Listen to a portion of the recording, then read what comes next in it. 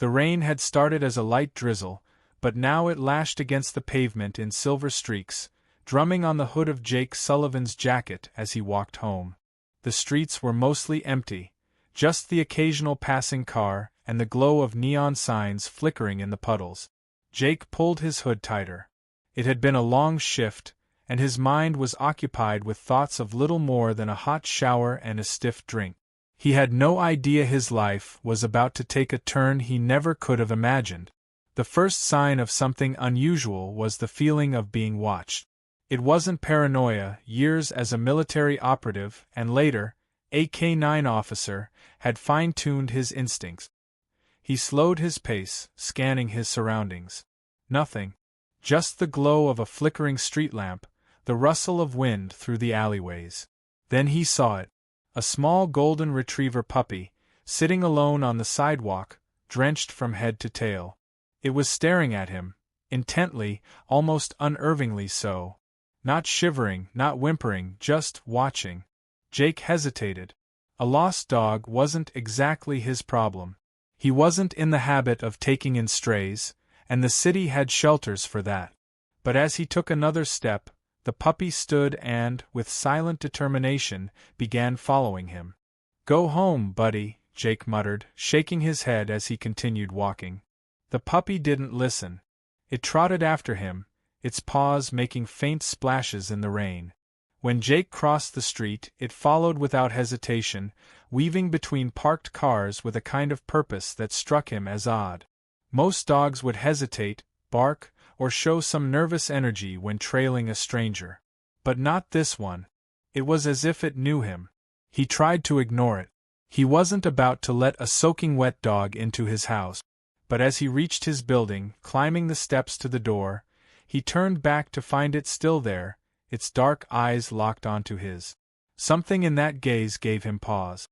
With a sigh, he ran a hand through his damp hair. "You're not gonna quit, are you?" The dog wagged its tail, just once. Jake exhaled, pushing open the door. "Fine. Just for the night." The puppy darted inside before he could change his mind. Jake set a towel on the floor and watched as the dog sat obediently, letting him dry its fur. Up close, he could tell it was no ordinary stray. It was well-fed, strong, and clean beneath the rain-soaked coat. Someone had taken care of this dog. He checked for a collar, nothing but a thin, barely noticeable band. Running his fingers over it, he felt something embedded inside. A microchip, probably. "You belong to someone," he murmured. The puppy stared up at him, head tilted. Then, as if understanding, it let out a small, measured huff of air. Not a bark, more like acknowledgement. Jake frowned. He'd worked with plenty of military and police dogs. He knew intelligence when he saw it. "You're not just some lost pup, are you?" The dog blinked. Then, in an eerie display of comprehension, it lifted a paw and placed it gently against his knee. A chill ran down Jake's spine. Something wasn't right. That night, he barely slept. The storm outside had passed, but the questions in his head churned restlessly. The dog, curled up at the foot of his bed, barely moved. It didn't whimper, didn't pace, didn't act like any lost pet he'd ever seen. It was waiting. For what? Morning came with pale light filtering through the blinds. Jake sat up and rubbed the exhaustion from his face. There was only one way to get some answers. He grabbed his keys, whistled once, and the dog was instantly at his side. Ready. A trained response. Definitely not a normal stray. He had a feeling he wasn't going to like what he was about to find out. The veterinary clinic was nearly empty when Jake pushed open the glass door. A bell overhead chimed, and a woman in scrubs glanced up from behind the front desk. "Morning," she greeted with a professional but tired smile. "Need a checkup for your pup?" Jake nodded, glancing down at the golden retriever sitting obediently beside him. "Not exactly. Found him last night. No collar, but I think he's chipped." The woman's smile faded slightly. "Ah, lost dog. Something like that." She gestured toward the exam rooms. "Dr. Ruiz can check for a chip." "1 second." Jake took a seat in the waiting area, resting his elbows on his knees. The clinic smelled of antiseptic and fresh linen, the hum of fluorescent lights buzzing softly overhead. The dog sat beside him, perfectly still, watching the door as if expecting something, or someone. Before Jake could dwell on it, a door swung open. A middle-aged man in a lab coat stepped out, wiping his hands on a towel. Dr. Ruiz had a sharp, observant look about him, the kind of presence that didn't waste words. "Let's see what we've got," he said, motioning them inside. Jake led the dog into the exam room. The vet knelt, running practiced hands over its fur, checking its paws, ears, and teeth. "Healthy," Ruiz noted. "No signs of malnutrition or neglect. You sure this is a stray?" Jake exhaled. "That's what I'm trying to figure out." Ruiz hummed and reached for the handheld scanner. The moment the device neared the dog's shoulder, a sharp beep cut through the silence. The vet's brow furrowed as he studied the number on the screen. "Got something," he muttered. "Let me run this." Jake watched as Ruiz turned to his computer, inputting the data. Seconds passed. The vet's expression darkened. Then, without a word, he picked up the phone. Jake tensed. "What are you doing?" Ruiz held up a hand for silence. His voice was calm but firm. "Yes, this is Dr. Ruiz at Riverbend Veterinary. I just scanned a microchip with restricted federal access." Jake's pulse kicked up a notch. There was a pause. Then Ruiz's face grew even more serious. "Yes, I understand. No, the person who brought him in is still here." He glanced at Jake, lowering his voice slightly. "Former military, from the look of him." Jake felt a cold weight settle in his stomach. Finally, Ruiz nodded. "All right. I'll keep him here." He set the phone down carefully and turned to Jake. "Mind telling me where you found this dog?" Jake crossed his arms. "What the hell is going on?" Ruiz hesitated. "I was just told to keep you here. They're sending someone." "Who?" Ruiz exhaled slowly. "The FBI." 10 minutes later, the quiet veterinary clinic turned into something out of a crime drama. A black SUV pulled up outside. 2 men in dark suits stepped out, moving with the kind of authority that made it clear they weren't here for small talk. Jake sat on the exam table, arms folded, while the golden retriever sat at his feet, unfazed. The agents entered without introduction, scanning the room with cold efficiency before one of them stepped forward. He was tall, lean, with a sharp gaze that flicked between Jake and the dog. "Mr. Sullivan?" Jake didn't reply. He recognized the way the man carried himself. This wasn't a low-level field agent. The man continued anyway. "I'm Special Agent Nolan. You need to come with us." Jake scoffed. "Yeah? And why's that?" Agent Nolan didn't blink. "Because the dog you found isn't just any dog." He paused. "And if you don't leave with us right now, you're going to wish you had."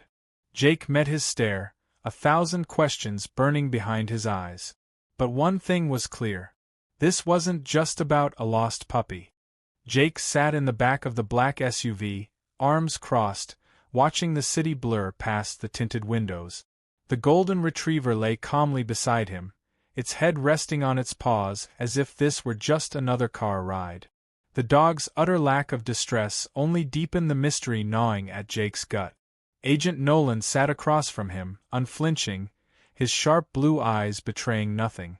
The second agent, a woman with a no-nonsense air, drove in silence. No one had spoken since they left the vet's office. Jake had spent years in high-stakes operations, but something about this situation felt different. He wasn't under arrest. There were no handcuffs, no threats, just a suffocating sense of something bigger than him unfolding. Finally, he broke the silence. "You want to tell me what's going on?" Nolan regarded him for a moment before replying. "What do you know about Project Sentinel?" Jake frowned. "Nothing. That's because you're not supposed to." Jake's fingers curled into fists. "Try me." Nolan exchanged a glance with his partner before sighing. 3 years ago, the Department of Defense began funding a classified research initiative in partnership with an independent contractor. The goal was to develop advanced canine intelligence and reconnaissance capabilities. Jake raised an eyebrow. You're telling me this dog is some kind of government asset? Not just any asset, Nolan said evenly. Prototype 01. The only successful result of a program that was shut down after complications. Jake looked down at the dog, his mind working furiously. Complications. Nolan hesitated. We lost control of the project. Jake scoffed. Right. So your prototype just walked out of a high-security lab. We don't know how he got out, Nolan admitted. What we do know is that someone wanted him off the grid. Jake felt an uneasy prickle along his spine. And now he's sitting at my feet. Nolan nodded. Which raises a lot of questions. Jake exhaled sharply. This was insane. A stray dog turning out to be part of some black-budget government experiment? It sounded like something out of a conspiracy blog. But the signs had been there from the beginning. The dog's eerie intelligence, its unwavering focus, the way it had followed him home as if it had chosen him. Tell me something, Jake said. What exactly makes him so special? Nolan leaned forward. Enhanced cognition, tactical decision-making, pattern recognition beyond normal canine capabilities. He's trained to assess threats, navigate hostile environments and, he hesitated, and identify targets. Jake's jaw tightened. You're saying he was trained to kill? Nolan didn't answer. That was answer enough. Jake ran a hand over his face. So what now? Before Nolan could respond, the SUV jerked violently. Tires screeched. The driver cursed, wrenching the wheel as something slammed into them from behind. Gunfire erupted outside. Jake's instincts took over. Get down! The SUV swerved, metal shrieking as bullets shattered the rear windshield. The dog sprang to its feet, muscles coiled. Ambush! The driver shouted.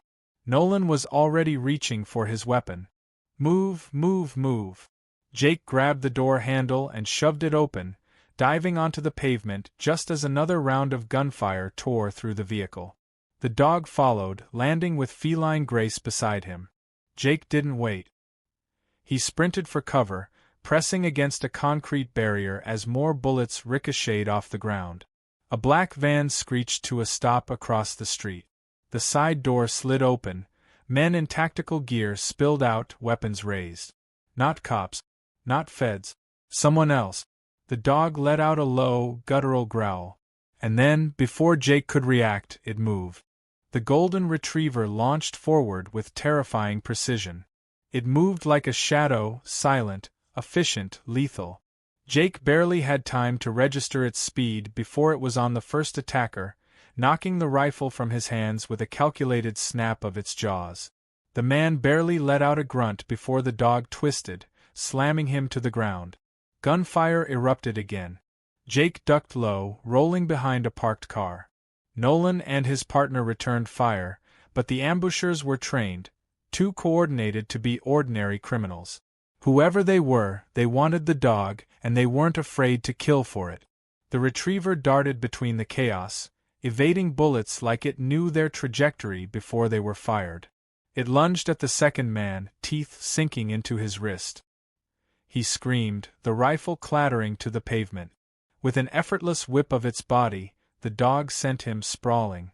Jake didn't have time to be awed. He grabbed a fallen sidearm and aimed at the nearest attacker, squeezing off 2 quick shots. The man went down with a cry. Nolan's voice cut through the gunfire. We have to move. Now. Jake looked toward the SUV.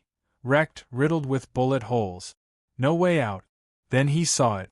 A service tunnel entrance across the street, half hidden by the flickering glow of a broken street lamp. He whistled sharply. Come on. The dog's head snapped toward him. In an instant, it abandoned the fight and bolted to his side, its coat slick with sweat and dust. Nolan and his partner followed, covering their retreat with suppressive fire. They sprinted across the asphalt, dodging debris and shattered glass. More bullets whizzed past, but the attackers were repositioning, thrown off by the dog's unexpected lethality. Jake slammed into the metal door, yanking it open. Inside, they tumbled into darkness. The heavy clang of the door shutting behind them echoed through the tunnel. Jake exhaled sharply, chest heaving. Jesus, Nolan muttered, pressing a hand to his bleeding arm. Who the hell were those guys? Jake's gaze flicked to the retriever. It sat calmly beside him, ears perked, breathing steady as if it hadn't just taken down trained killers. I think the better question is, Jake said, voice tight, what else can this dog do? The tunnel stretched ahead, damp and silent. They didn't have time to stop. We keep moving, Jake said. Figure out the rest later. Nolan hesitated, then nodded. Jake turned to the dog. It stared up at him, golden eyes unervingly sharp. You coming? The retriever didn't hesitate. It fell in step beside him as they disappeared into the shadows.